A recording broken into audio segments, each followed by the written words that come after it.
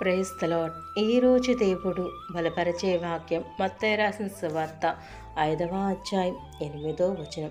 హృదయ శుద్ధి గలవారు ధన్యులు, వారు దేవుణ్ణి చూచెదరు. అవునండి, దేవుడి సమయమందు తన చక్కని వాక్కు ద్వారా మన అందరితో మాట్లాడుచున్న మాట. హృదయ శుద్ధి గలవారు ధన్యులు, వారు దేవుణ్ణి చూచెదరు. అవునండి, మన యొక్క హృదయం ఎలా ఉంది? దేవుణ్ణి చూచే హృదయంగా మనదుందా?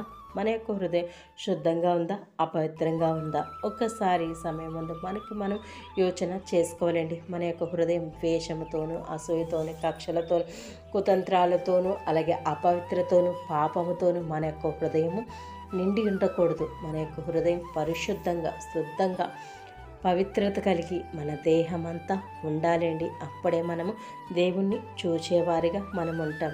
అవునండి, ఒకవేళ మనలో గర్వం, అసూయతోని, ద్వేషముతోని, కక్షలతోని, కుతంత్రాలతోని, విభేదాలతోని మనము పవిత్రత లేకుండా పాపములోని మునిగిపోయి మన యొక్క హృదయం నిండుకుంటే కనుక దేవుణ్ణి ఇప్పుడే ఆయన పాదాల చెంత అడుగుదామండి.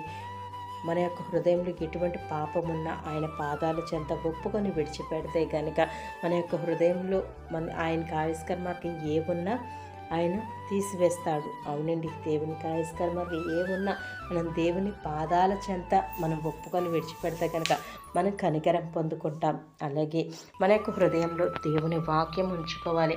అలాగే మన దేహము దేవుని ఆలయమై ఉన్నది. ఆ దేహము పరిశుద్ధంగా, పవిత్రంగా, శుద్ధంగా ఉంచుకుంటే కనుక, అలాగూ మనం జీవిస్తే కనుక దేవుని మనం చూచేవారిగా మనం ఉంటాం. అవునండి, దేవుని చూచేవారిగా మనం ఉందాం. మన యొక్క హృదయము పరిశుద్ధంగా ఉంచుకుందాం, పవిత్రంగా జీవిద్దాం. దేవుని రాజ్యంలో మనం ఎత్తబడేవారిగా మనం ఉండాలండి. మనం అపవిత్రత ఆలోచనతో, తలంపులతో మన దేహాన్ని, మన మనసును పాడు చేసుకోకుండా మన యొక్క హృదయము దేవునికి అప్పచెప్తాం. దేవా, నా హృదయంలో నీవొచ్చి నివాసం చేయండి. యేసయ్య, నిన్ను చూచి ధన్యత నాకు అనుగ్రహించు అని మనం ప్రార్థన చేస్తే కనుక మనం దేవుని చూచేవారిగా మనం ఉంటాం. అవునండి, హృదయ శుద్ధిగా కలిగి మనం జీవిద్దాం. అట్టి ధన్యత మనం పొందుకుందాం. దేవుని చూచేవారిగా మనం ఉందాం. దేవుడి కృప మనందరికీ దయచేయను గాక. దేవుడి వాక్యం దీవించి ఈ వాగ్దానం మన యొక్క జీవితంలో నెరవేర్చును గాక.